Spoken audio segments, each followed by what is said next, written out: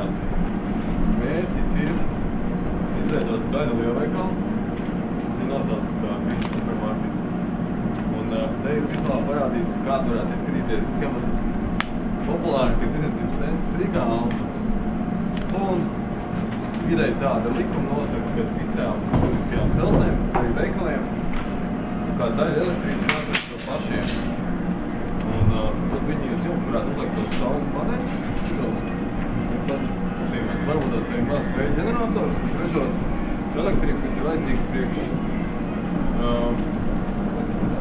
kas viņam ir gaisma, daudz ir ventilācija un tādas lietas. Un, lai to nofinansētu, uztaisa valsts programmu. Vācijā bija tāda 1000 vai 100 000 jumta programma.